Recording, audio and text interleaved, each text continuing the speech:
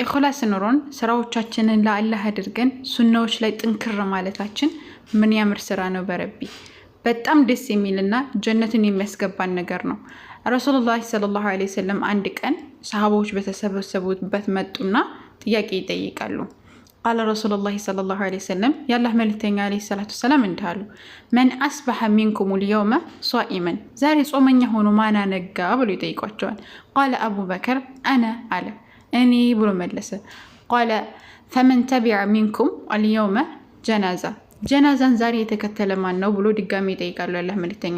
ቃለ አቡበከር አነ፣ አሁንም እኔ ብሎ መለሰ አቡበከር። ቃል ፈመን ጣዕመ ሚንኩም አልየውመ ምስኪነን፣ ዛሬ ምስኪንን የመገበ ማን ነው ብሎ ጠየቁ አሁንም ያላህ መልእክተኛ።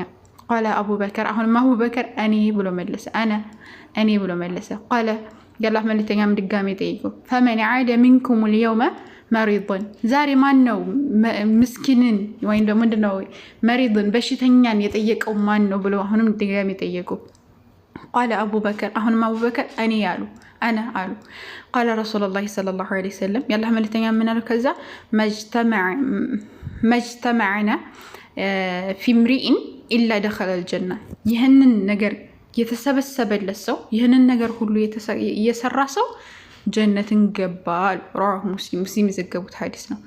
እና መልካም ስራዎች ላይ መሳተፍ የመሰለ ምንም ነገር የለም። በምንችለው አቅም በቀን የምንሰራቸው ስራዎች ላይ ምስኪንን መጠየቅ፣ ይሄ በቃ ያኔ ከባድ ይመስላል ግን ቀላል ነው። በማንኛውም ህይወታችን ላይ ልናደርገው የምንችለው፣ ጾመኛ መሆን እንችላለን፣ በሽተኛን መጠየቅ እንችላለን።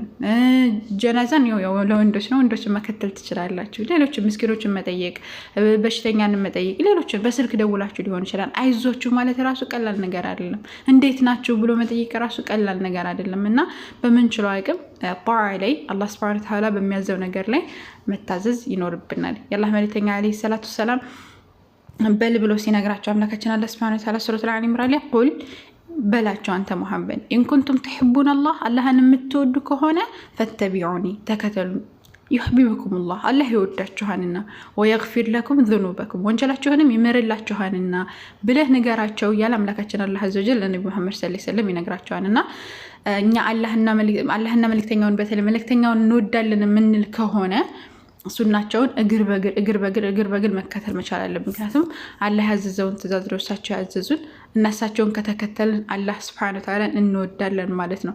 እሳቸውን ግን የምንቃረን ከሆነ ቢድዓ ላይ ሽርክ ላይ የምንወድ ከሆነ አላህ ሱብሓነሁ ወተዓላ ካዘዘን ውጭ የምንሄድ ከሆነ ግን ጀሀነም እሳት ውስጥ ነው የምንገባው። ለዛም ነው አምላካችን አላህ ሱብሓነሁ ወተዓላ ቁል አጢዑ ላህ ወረሱል፣ አላህን ተገዙ መልእክተኛውንም ታዘዙ።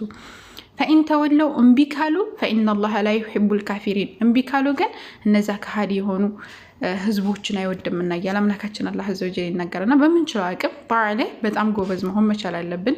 አላህ ሱብሓነሁ ወተዓላ ከመልካም ሰዎች አድርገን። አላህ ይሕፍዝኩም። አሰላሙ አለይኩም።